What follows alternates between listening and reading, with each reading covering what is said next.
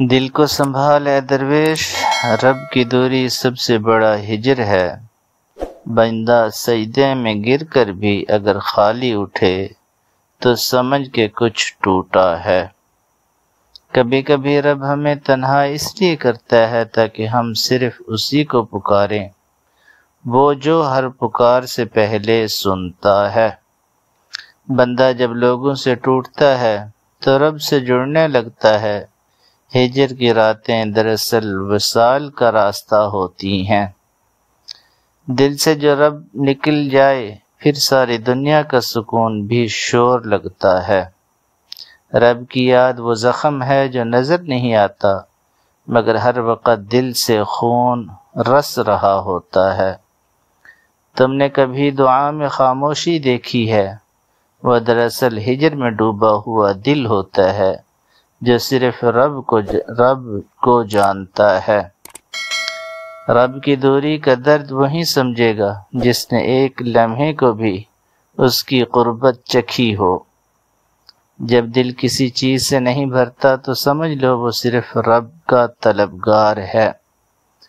سب کچھ مل کر بھی جب دل سے بے چین رہے تو وہ رب کی طلب کی سب سے خاموش پکار ہے۔ لوگ کہتے ہیں دعا قبول نہیں ہوتی، فقیر کہتا ہے رب مجھے یاد آ رہا ہے۔ یہی سب سے بڑی قبولیت ہے۔ بندہ ساری دنیا کو پالے پر ایک سجدے میں رب نہ ملے تو وہ سب کچھ پا کر بھی خالی رہتا ہے۔ گناہ کرنے کے بعد رب سے شرم آتی ہے، لیکن یہی شرمندگی بندے کی سب سے سچی عبادت ہوتی ہے۔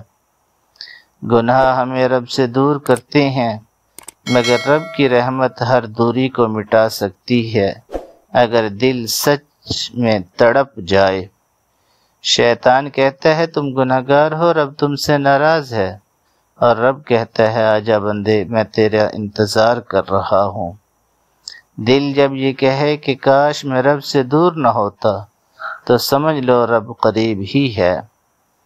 رب سے دوری کا درد اس بات کا ثبوت ہے کہ دل ابھی زندہ ہے، اور زندہ دل کا رب سے تعلق کبھی ختم نہیں ہوتا۔ توبہ وہ در ہے جو ہر گناہگار کے لیے کھلا ہے، بس جھکنے کی دیر ہے رب پھر سے قریب آ جاتا ہے۔